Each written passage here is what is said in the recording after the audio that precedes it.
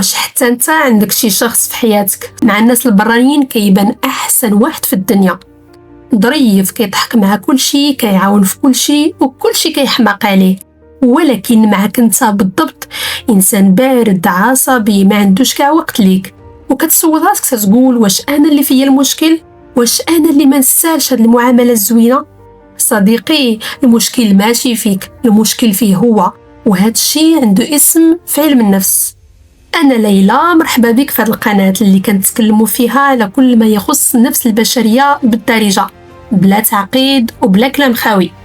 اليوم غادي نفهموا مع بعض هاد الظاهره اللي بزاف تيعيشوها وتيعيشوا مع الناس اللي كيعانيوا منها، الانسان اللي عنده جوج وجوه. وكيفاش تعرف الا كان عندك شي واحد في حياتك؟ خليك معايا وتخيل هذا المثال. سعيد راجل مزوج، عنده وليدات، جيرانو كيعرفوه وخدام معاك في البيرو. في الخدمه سعيد هو احسن واحد، كيعاون صحابو، كيضحك مع المدير، كيبان انسان متوازن ومريح. في الدار سعيد شخصيه اخرى، ما كيهضرش مع مرتو، كيجي من الخدمه كيدخل كيشد التليفون ديالو ولا التلفازه، وإلا كلماتو كيجمع معاها. مرتو كتشوف الناس كيقولوا عليه زوين ظريف فاعل تارك، علاش معايا هكذا وبرا تيبان زوين؟ هاد الظاهره في علم النفس كيسميوها فولس سيلف، يعني الواجهه الزائفه. الانسان كيبني وجه للعالم الخارجي، وجه مقبول محبوب وناجح، وكيخبي وجه ديالو الحقيقي اللي فيه الخوف ديالو، الضعف ديالو والجروح ديالو. هادشي ماشي المعنى ديالو بالضروره انه انسان ماشي مزيان ولا كيدير هادشي عمدا، ولكن معناه باللي كاينه شي حاجه عميقه في الداخل ديالو ما متصالحش معاها. دابا السؤال اللي كيسقسيو بزاف ديال الناس، علاش الانسان كيولي كيعيش بحال هكا؟ السبب الاول كيرجع للطفوله. تخيل ولد صغير الا جاب نقطه زوينه، الوالدين ديالو كيفاش كيتعاملوا معاه، تيهضروا معاه، تيعطيوه دي كادو، كيخرجوه، كيصفروه، كيديروا ليه كلشي. وإلا غلط ولا فشل كلشي كيتعامل معاه ببروده، تيعاقبوه، ما تيهضروش معاه، ما كيتسوقوش ليه. هاد الولد شنو كيتعلم؟ كيتعلم باللي باش يبغيوني خصني نكون واعر، خصني نكون كنقرا مزيان، نكون نقي، كنسمع ليهم. وكبر في هاد البرمجه وكيبدل الوجه ديالو على حسب الوضعيه اللي هو فيها باش يتقبل. السبب الثاني هو الخوف من الرفض. كاينين الناس جربوا باش يبانوا بحقيقتهم وتعرضوا للنقد، التنمر والسخريه والرفض من عند المجتمع، فقرروا انهم ما يبقاوش يبانوا بحقيقتهم وبناو هاد الشخصيه الزائفه اللي كتعطيهم الامان اكثر في المجتمع. غناخذ مثال ديال فاطمه، هي واحد البنت حساسه، كتبكي بسهوله، كتحس بعمق. في المدرسه كلشي كيضحك عليها، تيقولوا لها مالك انتي غا بكايه حساسه، اللي هضر معاك تبداي تبكي. كبرات وبنات واجهه قويه، برا ما كتبكيش، ما كتظهرش المشاعر ديالها، ولكن في الدار بوحدها راه تقدر تبات بلا نعاس وهي كتبكي. السبب الثالث اللي هو البيئه والمجتمع. بعض البيئات كتعلمك باش تبدل وجهك. في الخدمه خاصك تبان واعر، كتفهم في كل شيء، عارف. وفي العائله خاصك تبان ظريف، ما عندك حتى شي مشاكل، وما تبانش محطم واخا انت بالفعل محطم نفسيا.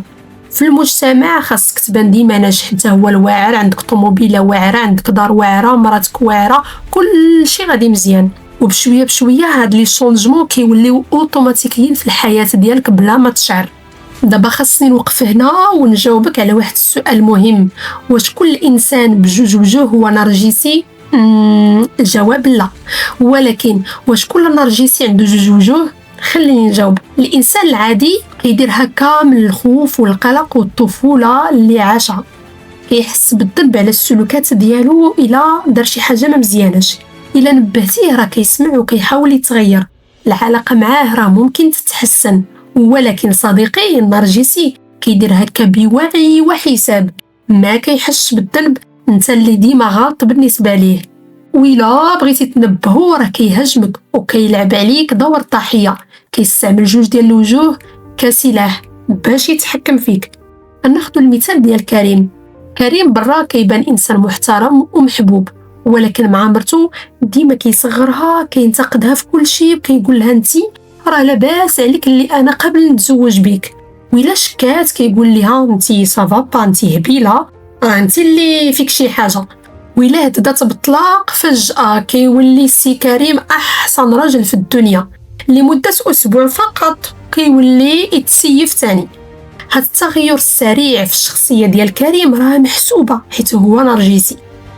دابا كاينين 4 ديال العلامات اللي خصك ترد ليهم البال باش تعرف واش هذاك الانسان اللي انت كتعيش معاه عنده بالفعل جوج وجوه. العلامه الاولى، السلوك ديالو مع الناس البرانيين كيكون مختلف كليا مع السلوك ديالو معك. برا كيبان ملاك ومعاك تيبان شيطان. العلامه الثانيه، كيبدل الراي ديالو على حساب الوضعيه اللي هو فيها. مع صاحبو كيقول الزواج واعر، ومعاك كيقول الزواج خساره، كيتبان الريح ماشي القناعات نتاعو. العلامه الثالثه، كتحس دايما باللي ما كتعرفوش في الحقيقه، كأنك كل مره كتلقى شخص واحد اخر. هذا الاحساس ماشي خيال، هو بالفعل حقيقي. العلامه الرابعه، كتخرج معاه في شي غونديفو، ملي كترجع كتحس براسك عيان نفسيا وما قادر دير حتى شي حاجه، ولو ما وقعت حتى شي حاجه ما تبسو ما تناقشوش. راه الجسم ديالك كيحس بالتناقض واخا عقلك راه ما ردش البال. الخلاصه ديال اليوم، الانسان بجوج وجوه ماشي ديما انسان سيء، غالبا هو انسان جريح تعلم يحمي راسو بهذه الطريقه. ولكن هذا الشيء ما يمنعكش تحمي راسك انت، خصوصا الا كان الشنجمو ولا التغيير اللي كيدير كيأذيك وكيخليك تشك في راسك. ولا عندك شي واحد في حياتك، اول خطوه هي تعرف باللي المشكل ماشي فيك. الا بغيتي نكملوا ونتكلموا على كيفاش نتعامل مع هذا النوع ديال الناس، قول لي في الكومنتير وغادي ندير فيديو كامل على هذا الموضوع. دير لايك اذا وصلتك الفيديو وشارك مع الناس اللي محتاجين يسمعوا هذه الهضره. نشوفك في الفيديو الجاي، بسلامه.